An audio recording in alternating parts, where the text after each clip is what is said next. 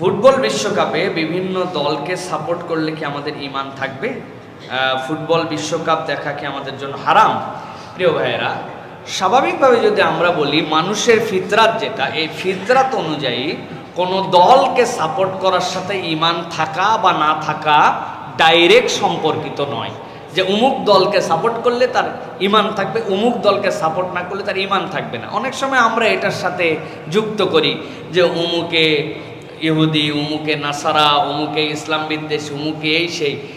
কিন্তু এটা মনে রাখতে হবে, বেসিক্যালি যখন কেউ খেলাধুলা কেন্দ্রিক কোনো দলকে সাপোর্ট করতেছে, আসলে ওই রাষ্ট্রের ওই রাষ্ট্রপদ্ধতির স্বরাষ্ট্রনীতি, পররাষ্ট্রনীতি, আচার আচরণ সবগুলাকে মাইনে নিয়ে তারপরে ওই দলকে সাপোর্ট করতেছে, বিষয়টা কিন্তু এরকম নয়। এটা মানবীয় ফিতরাতে সে একটা দলকে সাপোর্ট করতেছে। সুতরাং খুব গরমভাবে অমুক দলকে সাপোর্ট করলে ঈমান বেড়ে যাবে আর তমুক দলকে সাপোর্ট করলে ঈমান চলে যাবে, বিষয়টা এরকম নয়। আপনাদের কাছে শুনতে কষ্ট লাগবে, কিন্তু যদি বলা হয় যে ঠিক আছে বিশ্বকাপে একটা দল সাপোর্ট করতেছে, এবার ইরানকে সাপোর্ট করতে শুনি, এরকম লোক আসে না প্রিয় ভাইরা?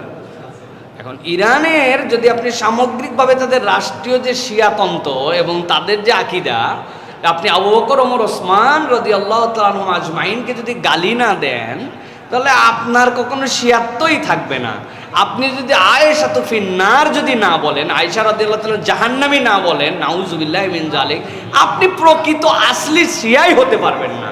কোরআনের কিছু অংশ আছে, কিতাবে কিছু অংশ আছে ইমামের রুহে রুহে রুহে রুহে, এই বিশ্বাস না থাকলে আমি শিয়াই হতে পারবো না। এখন আপনি কি এইগুলো সব বিশ্বাস সব সাপোর্ট করে তারপর ইরানের দলকে সাপোর্ট করতেছেন? বিষয়টা এরকম।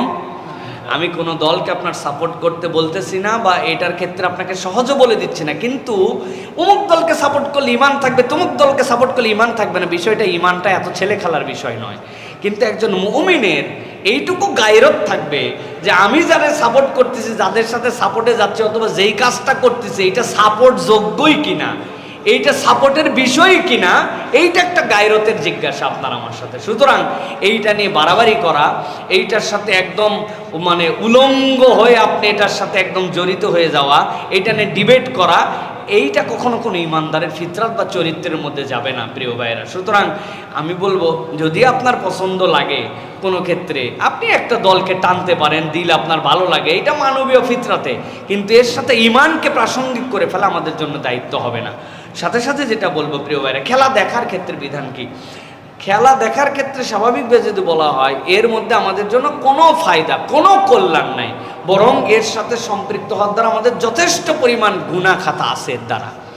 সুতরাং একজন ইমানদার ফাহেসা কাজের সাথে, যেটা তাকে কোনো উপকার দেয় না, ওটা উনি ঘন্টার পর ঘন্টা দেখে পার করতেছেন, এটা কোনো ইমানদারের তবিয়ত হতে পারে না। সুতরাং ইমানদার কোনো ফালতু কাজের সাথে নিজেকে জড়িত রাখবে না। যদিও বলা সহজ, করা ভীষণ কঠিন, কিন্তু ইমানদার তো কঠিন কাজই সহজ করে করে।